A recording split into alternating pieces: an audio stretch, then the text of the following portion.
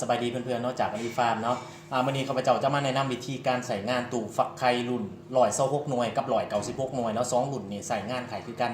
มันแตกต่างแต่ว่าถาดพริกไข่ของมันเนาะเดี๋ยวมาเบิ่งว่าเป็นแบบไหนเนาะเพื่อนๆเนาะหลังจากที่เพื่อนๆได้เครื่องมาเนาะให้เพื่อนๆถอด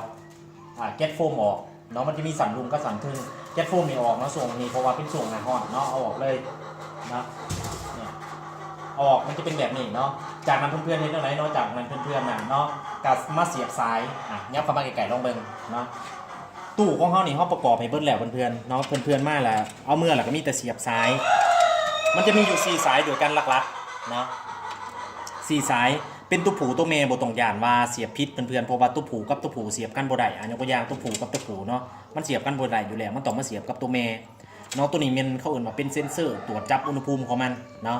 เวลาเขาเสียบเขาก็เสียบเลยเพื่อนๆเนาะเนี่ยเนาะตู้ผูเมย์นะเนี่ยผูกับเมย์เสียบกันนะเนี่ยผูกับเมย์เสียบกันผูกับเมย์เสียบ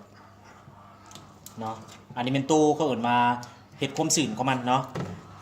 เวลาที่เฮานั่นเสียบสายความสื่นนะเบิ้งในเด้อคนเดียวนะปวดเบิ้งน้ำเนเนาะมันจะอยู่ข้างกลางเนาะตัวหลอดกลมๆของมันเนี่ยเนาะเบิ้งน้ำเนเวลาเฮาเอาเมื่อน่ะอย่างว่ามันบ่อยู่ในเครื่องกลางของตู้เนาะเขาประกอบให้เรียบร้อยแล้วเนาะเพื่อนๆกับเมื่อละมีแต่เอาไป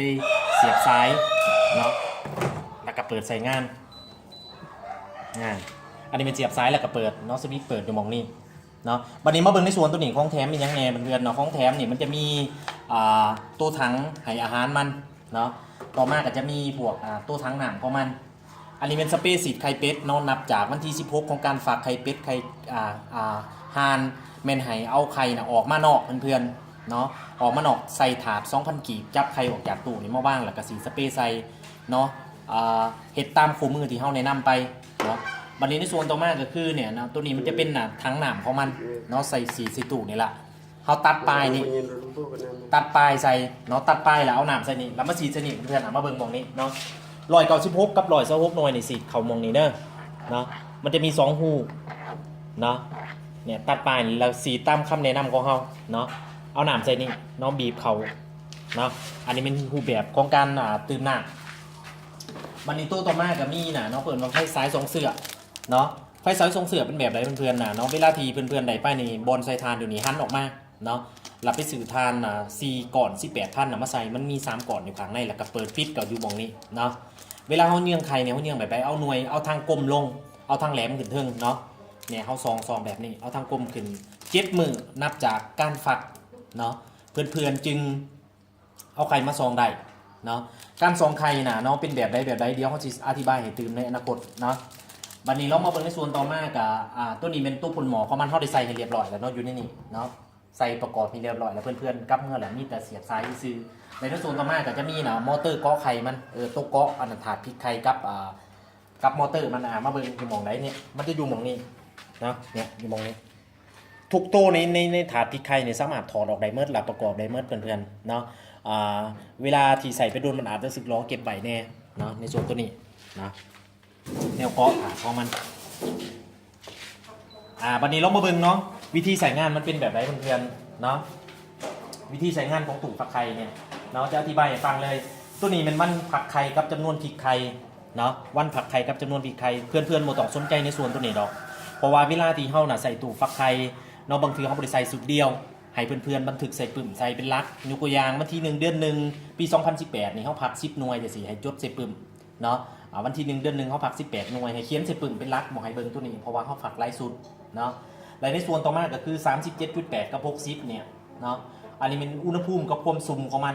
37.8 เป็นอุณหภูมิ60เนี่ยเป็นความสุ่มของมันเนาะฟักไข่ไก่ก็ได้ฟักไข่ไก่ง่วงไข่เป็ดเนาะกับฟักไข่ห่านก็ได้เนาะในส่วนของตัวนี้แต่ถ้าฟักไข่ไก่แจ่ฟักไข่ไก่นกกระทาต้องปรับค่าของมันเนาะอันนี้เนี่ยฟักไข่ไก่ไข่เป็ดทั่วไปไข่ไก่ง่วงเนี่ยสามารถฟักได้เลยเพื่อนในส่วนค่าของตัวนี้เนาะค่าตัวนี้เป็นค่าที่เขาตั้งไปเรียบร้อยแล้วมันจะบ่เปลี่ยนแปลงหยังเนาะตัวที่มันจะเปลี่ยนแปลงมันอยู่ข้างเทิงนี้ข้างเทิงนี่เป็นหยังอุณหภูมิกับความสุ่มที่มันเคลื่อนไหวอยู่ในตู้นี้เนาะยกตัวอย่างอยู่ในตู้นี้ตอนนี้มีอุณหภูมิอยู่ที่ 30.2 องศาส่วนมาความสุ่มของมันอยู่ที่67%เนาะตัวนี้มันจะเพิ่มขึ้นจนมาหอด 37.8 พี่ละเนาะมันจะยุด เนาะอาจจะดีเลย์เป็นหน่อยหนึงก็บ่เป็นหยังเนาะและในส่วนของความสุ่มนี่มันจะลดลงเพราะว่าตู้นี่เขามันยังบ่ทันได้ตื่มน้ำเพื่อนยิงตู้ห่อนหลายปานใดความสุ่มก็จะลดลงไปเท่านั้นอันนี้เป็นในส่วนของอุณหภูมิกับความสุ่มของมันเนาะบัดนี้เวลาเราอยากตั้งค่ายกตัวอย่างเราอยากฟักไข่นกกระทาจากสินะเนาะเขาเห็นแบบใดเขาตั้งค่ามันตั้งค่าอุณหภูมิกับความสุ่มเวลาเพื่อนๆอยากตั้งค่ากับอุณหภูมิกับความสุ่มเนี่ยมันจะมีอยู่4ปุ่มเลยกันเซตบวกลบแล้วก็โอเคเซตเป็นตั้งค่าบวกเป็นเพิ่มลบเมนลดลงโอเคเป็นเขายอมรับการตั้งค่าลองมาเบิ่งเขาตั้งแบบใดเนาะสมมติว่าเขาจะตั้งอุณหภูมิลงมา 37.5 เนี่ยเขาเซตเครื่องแบบนี้เนาะกดเซตบาทหนึ่งแล้วก็กดลบเนาะเนี่ยมันจะอยู่ 37.5 บัดนี้เขาโอเคปุ๊บจะสินะเนาะมันจะเลื่อนมาหาอุณหภูมิความสุ่มมันก็จะอยู่นี่มันก็จะติ้งอยู่นี่เนาะความสุ่มนี่60เนี่ยก็สามารถใส่งานได้แหละเพื่อนๆจบเลยเนาะ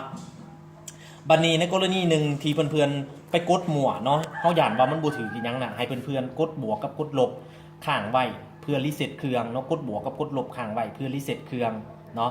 ข้างไว้ประมาณ6 วินาทีนี่แหละค่าของตู้เนี่ยจะกลับคืนค่าของงานทันทีเนี่ยมันจะเป็น000หลักกับมันจะกลับคืนค่าของงานเนาะก็สามารถฟักได้เลยเพื่อนๆบัดนี้ในกรณีที่เขาเห็นว่าความสุ่มมันเกินเนาะเขาตื่นหนามร้ายเกินไปเนาะเมื่อมันเกินไปหอด75 องศา75% 76%เนาะเสียงตู่จะดังเนาะให้เฮาน่ะมาเนี่ยมาไขอยู่นี่มันจะมีหูเนาะกับปิดเพื่อนๆอยู่นี่เนาะมันเป็นเกลียวบิดสายบิดขัวจะเห็นหูเนาะแล้วกับปิดของมันเนาะบัดนี้เฮาบ่อยากได้ยินเสียงดังเนาะให้เฮาน่ะกดลบมันจะหยุดแจ้งเตือนทันทีในกรณีที่ความสุ่มมันลดลงไปหอด39%เนาะตู่ก็จะดังคือกันมันก็จะดังแบบนี้คือกันให้เฮาน่ะมากวดเบิ่งเนาะแล้วก็ตื่มน้ำใส่เนาะอันนี้ในส่วนของการใส่งานเนาะขั้นพื้นฐานของมันบัดนี้ตู้2สั่น196หน่วยกับ126หน่วยเนี่ยเมื่อเวลาหอดวันที่19ของการฟักเนาะให้เฮาถอดเอาถาดพริกไข่ออกหมดเนาะทั้งแผงเลยเพื่อนๆจงไว้แต่เนาะตัวพ่นหมอของมันนี่ป้าไว้ให้ถอดออกมาเป็นแผงเลยแล้วเอาตัวนี้เนี่ยใส่อยู่ถาดลุมของมันเนาะใส่แทนวันที่19ปุ๊บเพื่อนเคลื่อนใหญ่ไข่ลงมาลุมไข่ไก่เคลื่อนลงมาลุมเส้นเดียวกับไข่เป็ดเนาะหอดมือวันที่26ของการฝากเพื่อนกับเคลื่อนจากสันเทิงลงมาสันลุม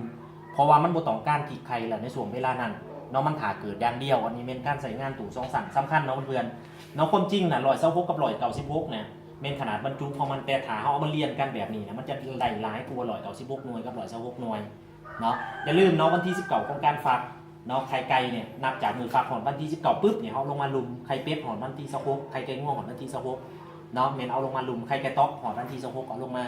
เนาะไข่ห่านเมนวันที่30เนี่ยเอาลงมาเนาะเอาลงมาสั่นลุมนี่แหละเนาะลอกเกินอันนี้ไม่ได้ส่วนไหนการใช้งานพื้นฐานของตู้ฟักไข่รุ่น126เนาะกับ196เนาะมันขายคือกันเลยเนาะ2สั่นแบบเดียวกันมันต่างแต่ถาดพริกไข่เนาะการบรรยายก็จะมีแต่ตัวนี้เพื่อนๆเนาะในโอกาสหน้าเนี่ยก็จะมาบรรยายเพื่อนมียังบอกเข้าใจเนี่ยสอบถามโดยตรงเนาะเซตเข้ามาที่ WhatsApp หรือโทรมาก็ได้เนาะโทร7895622เนาะ7897822หรือ WhatsApp หรือว่าโทรศัพท์